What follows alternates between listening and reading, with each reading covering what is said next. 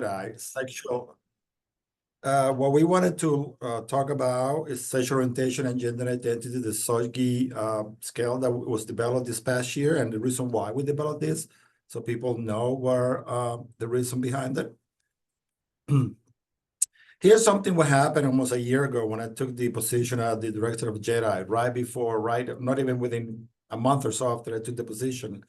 I got an email from someone saying, this is something that they wanted to look at. This is the issue. They want to get help from the CTSI leadership on how to properly address gender identification in a situation in which there was a study that it was involved mostly, was directly to female childbearing age. However, what happens if you get somebody who might be a transgender or somebody who identifies something else? How do you go about doing that, especially when it comes to want to be sensitive to the population that we're trying to recruit from studies, and without, making sure that the person can do it correctly and not without having some difficulties doing so. And they didn't know. And at the time, that was a question that also puzzled me. How best way to do this? So I know that I reached out to different groups. I reached out to Jen Pogger and Cheers and so on. So one of the things that we wanted to highlight quickly is the reason why we ended up doing this is we know that the LGBTQ community, AI plus community, suffer from a lot of prejudice and discrimination. In healthcare utilization, we know the NIH identified gender and sexual minorities as part of a health disparate population, and we definitely have to encourage and support. And when it comes to research, we also know that this population experiences a lot of health challenges, higher rate than some of the other people, especially heterosexual and or cisgender individuals. The other thing is, as we know, that because most of the research that we always conduct, we think about more of a heteronormativity kind of views, sometimes we exclude LGBTQ plus communities. And therefore, and the other issue is that many of these communities, because of their own history in the healthcare system, they mistrust some of the research that has been done. And they mistrust some of the individuals that work on research because of discrimination, stigmatization, and so on. The other thing is, when we were looking at this, there was some gap, if you will, on the literature when it came to specific ways to collect data on gender identity and or sexual orientation.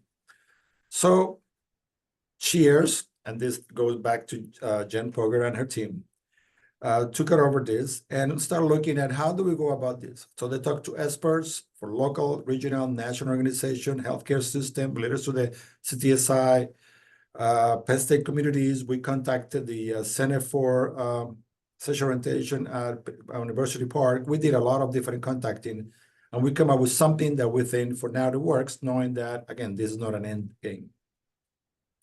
So some of you might have seen this already. They developed, or was the sexual orientation and gender identity guidance for research screening was developed.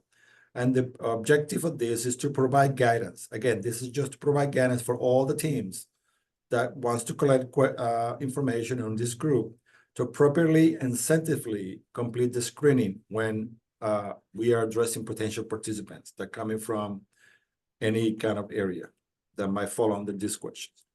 Part of the guidance, we developed 5 questions: 2 gender identity, 1 sexual orientation, and 2 questions about sex.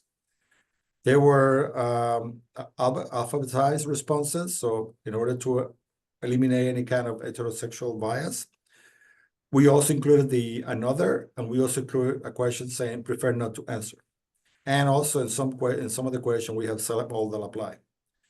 The guidance also provide a glossary of terms so the researchers and participants understand. Here are some of the samples of the question. Gender identity, first question, have to do with your identity. Here's all the possible answers that person can choose from. And again, we also have another gender because we know that some of this term continuously keep shifting and changing. So that way the person can add something else that we don't have in the list.